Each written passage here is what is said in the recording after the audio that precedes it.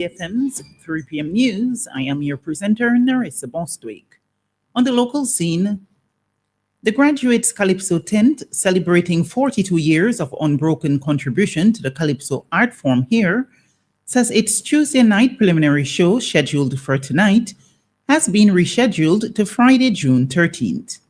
The rescheduled event has already been confirmed with the St. Vincent and the Grenadines Calypsonians Association and the Carnival Development Corporation and their judges for the preliminaries. The tent will make a presentation of a 17-person cast on Friday, with its show dubbed Kaiso to the World. According to the tent leader, Kingsley Hero Roberts, the Kaiso to the World preliminary show is not just a branding slogan, but is a reflection on our approach to the 2025 Calypso season, where we have merged first-time Calypsonians with a team of Calypso bards and past Calypso monarchs to provide the coaching and mentorship that is necessary to produce quality Calypsos, advance the art form, and take Calypso worldwide. The tent boasts a mix of persons from throughout the length and breadth of SVG, including the Grenadines, and a set of topics ranging from serious political and social commentary to humorous and up-tempo songs. The tent says patrons can be guaranteed a great show come Friday evening. The venue for the show remains the Russell's Auditorium. The Ministry of Agriculture, Forestry, Fisheries, Rural Transformation, Industry and Labour has announced plans to fully implement a season for conchs starting in 2026.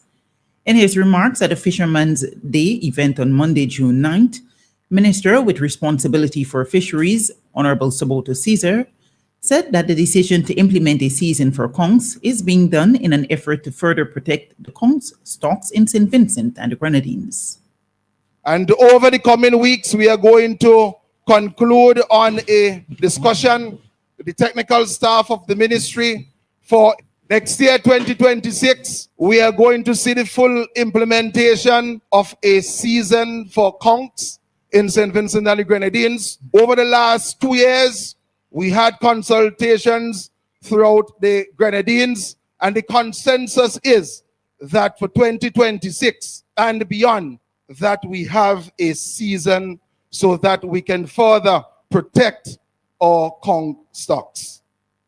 Meanwhile, Minister Caesar said that discussion will soon conclude with the technical staff of the Ministry of Agriculture, Forestry, Fisheries, Rural Transformation, Industry and Labour for a revision of the Fisheries Act.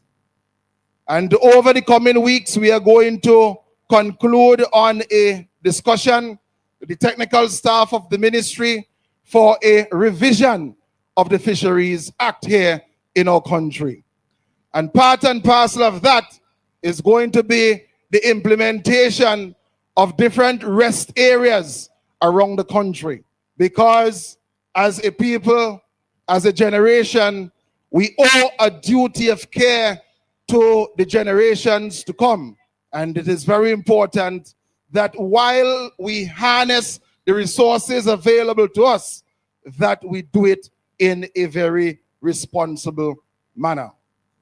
That was Minister of Agriculture, Forestry, Fisheries, Rural Transformation, Industry and Labour, Honorable Soboto Caesar. Minister of Finance and Economic Planning, Honorable Camila Gonzalez, is appealing to persons here in St. Vincent and the Grenadines to protect the environment.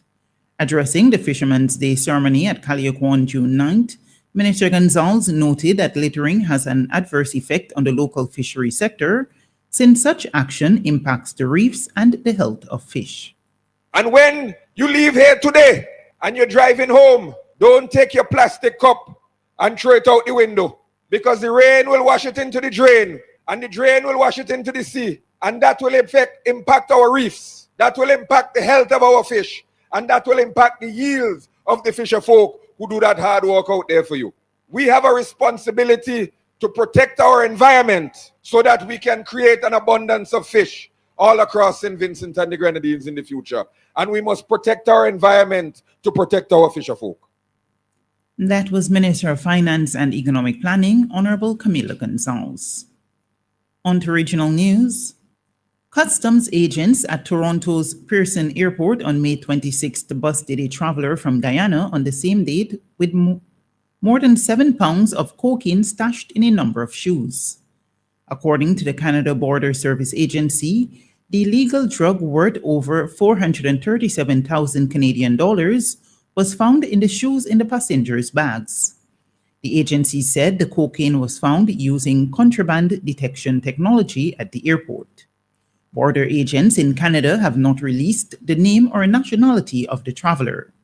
Meanwhile, in Guyana, the Customs Anti-Narcotics Unit has launched its own investigations into the bust that took place in Canada. According to news source Guyana, checks are being made with regards to all of the security arrangements surrounding the flight to Canada from Guyana on May 26th. Currently, Caribbean Airlines is the only airline that has direct flights from Georgetown to Toronto. Caribbean American Congresswoman Yvette Clarke has described as an authoritarian escalation the decision by U.S. President Donald Trump to deploy Marines on the streets of Los Angeles to help quell protests against raids by the Immigration and Customs Enforcement (ICE) agency on Caribbean and other immigrants.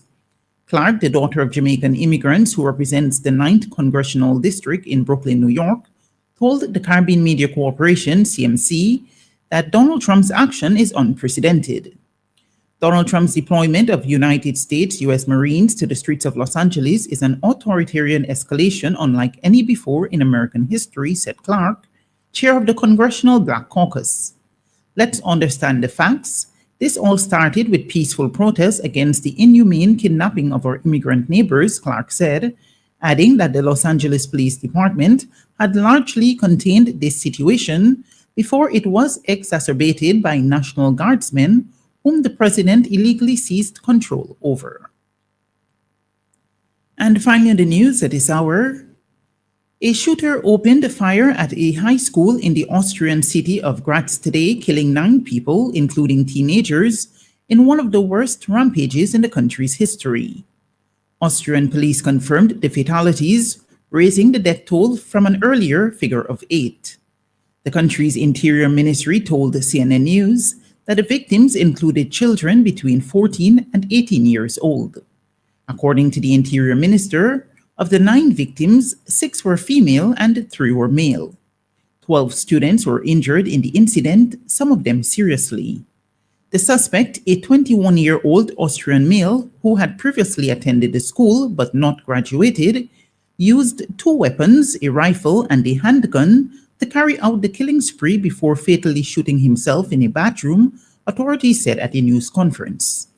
Officials would not give a motive for the gunman, who they say acted alone.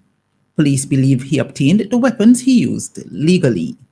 The shooting pitched Austria into a state of shock and disbelief. The Chancellor has announced 3 days of national mourning. This has been WeFM's 3 p.m. News. I have been your presenter, Narissa Bostwick. Our next newscast will be presented at 5:30 p.m. Be sure to join us then.